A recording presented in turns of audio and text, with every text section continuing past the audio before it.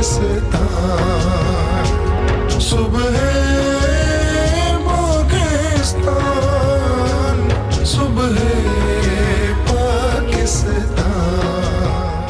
السلام علیکم ورحمۃ اللہ۔ ایک مرتبہ پھر آپ کو صبح پاکستان میں خوش آمدید کہتے ہیں، اور یہ وقت ہے عالم آن لائن کا۔ عالم آن لائن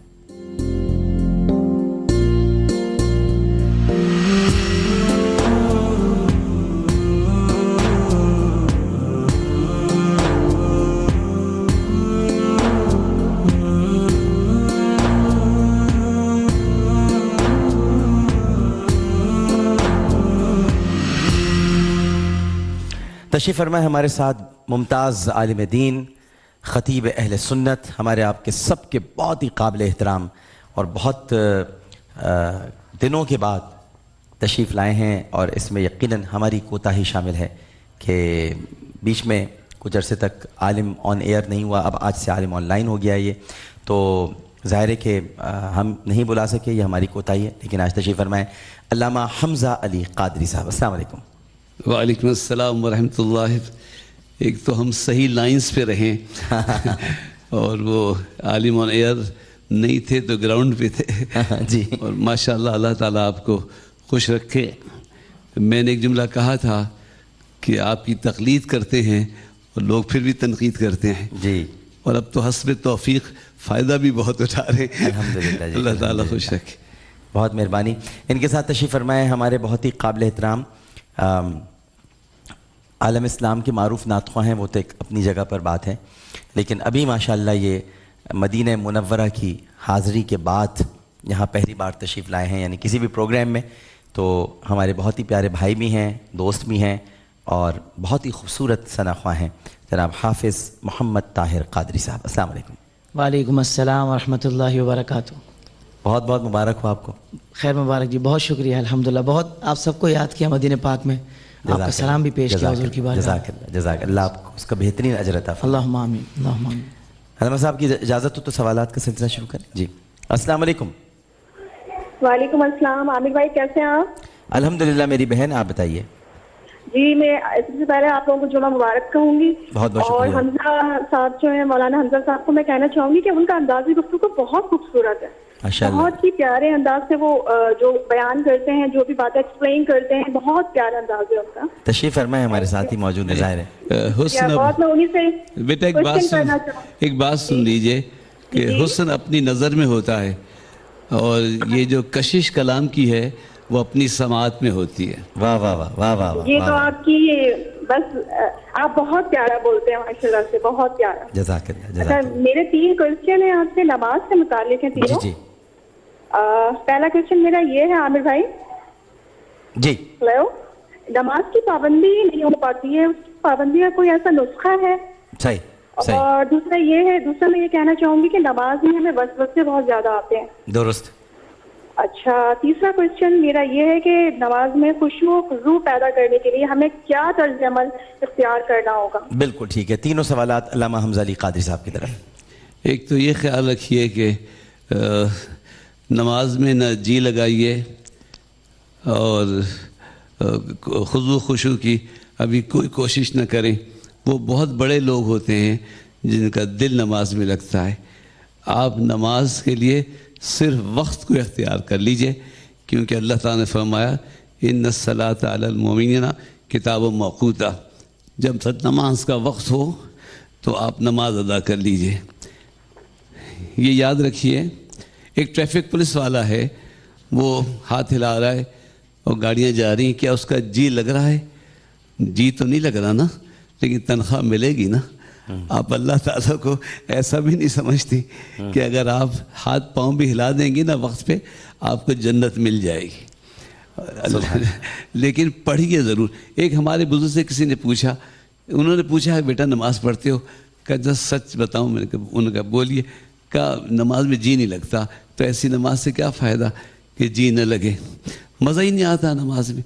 تو انہوں نے کہا مزے کے بندے نہ بنو، خدا کے بندے بنو۔ واہ واہ واہ، مزے کے بندے نہ بنو، مزے کے بندے نہ بنو، بس صرف حکم جو حکم ہے اس کو پورا اس کو کر لو، اور اس میں آپ کی اجازت سے جی جی جی کہ یہ جو آج کل اسلام کے نام پر جو کچھ ہو رہا ہے 60-64 جماعتیں کالا دم اور اسمبلی ہال بھر جاتا ہے، علماء ماشاء اسلام اسلام.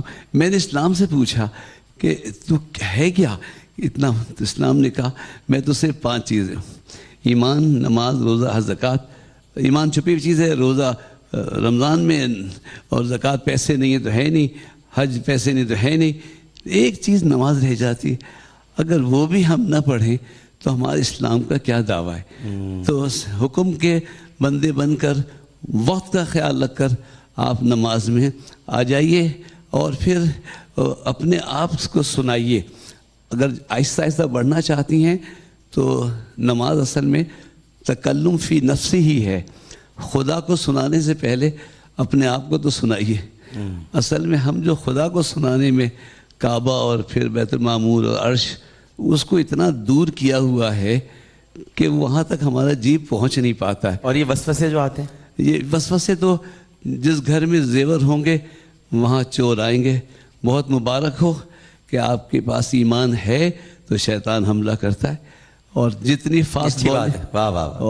فاسٹ بالنگ ہوگی آپ کے چھکے لگیں گے. وسوسہ آئے اس کو ہٹ کیجئے، انشاءاللہ آپ کے نمبر بڑھ جائیں گے. اور ورلڈ کپ جواب دے دیا آپ حضرت آج کل جو حالت ہوا ہے وہ کپ الگ ہے، ورلڈ الگ ہے. صحیح ہے. تو لیکن یہ کپ الگ ہو گیا، ورلڈ الگ ہو گئی. وسوسے جو ہے نا جیسے آئیں ان کو کنٹینیو مت کیجئے. مطلب حساب کتاب تو اس کو گننا شروع کر دیا یا بچے کو ڈانٹنا شروع کر دیا نماز میں، یہ مت کیجئے. خیالات کو آتے جاتے رہنے دی چاہیے. اور دوسری بات یہ میں نے کہی ہے کہ نماز اتنی خاموشی سے نہ پڑھیے کہ آپ سن نہ سکیں. جب آپ سنیں گی تو آپ کا بولنا، آپ کا سننا ایک حواس کے 5 حواس میں سے 2 کو ایسا مصروف کر دے گا کہ پھر وسوسوں کے لیے راستے رکیں گے. بالکل صحیح ہے. آڈینس میں سے کوئی سوال کرنا چاہیں؟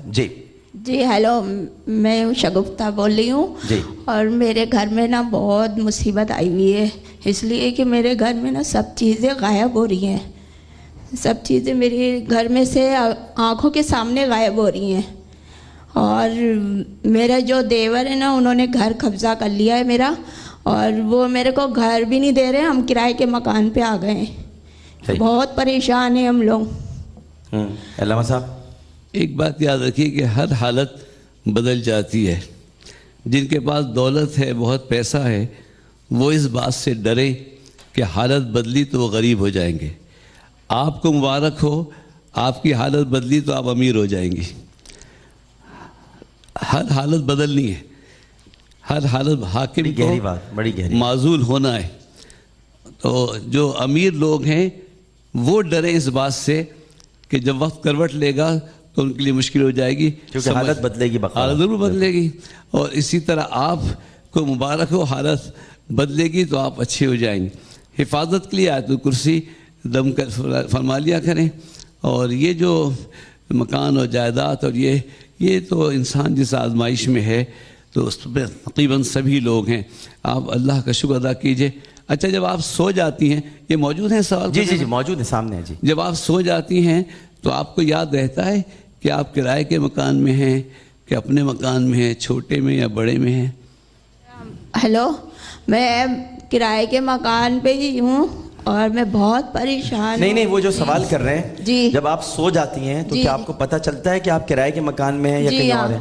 جی ہاں، میں کرائے کے مکان میں ہی سوچتی ہوں کہ کرائے کے مکان پہ ہی ہوں. اچھا، میں ایک لطیف بات کرنا چاہ رہا تھا کہ جب آپ نیند میں ہوتی ہیں اس وقت آپ کو یاد رہتا ہے کہ آپ کرائے کے مکان میں ہیں یا مالک مکان ہیں؟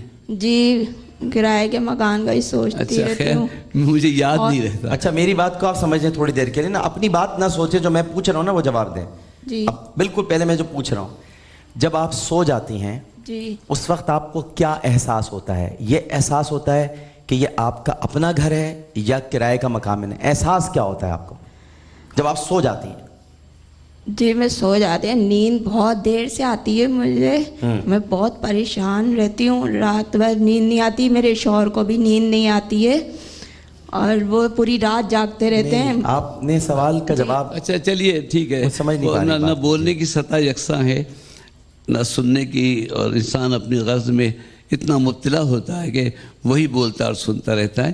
آپ سونے سے پہلے درود شریف والی آیات ان اللہ و ملائکۃ النبی والی آیت یاد ہوگی، وہ پڑھ کر درود شریف پڑھتے ہوئے سو جائیں، انشاءاللہ تعالی نیند بھی سکون سے آئے گی، اور جو آپ تمنا دل میں کریں گی کہ آپ کا مکان ہو جائے، انشاءاللہ مکان بھی ہو جائے گا۔ بالکل صحیح۔ ایک وقفہ لیتے ہیں، وقفے کے بعد جب حاضر ہوں گے تو عالم آن لائن کی یہ محفل جاری رہے گی، لیکن پہلے ایک وقفہ۔ السلام علیکم ورحمۃ اللہ۔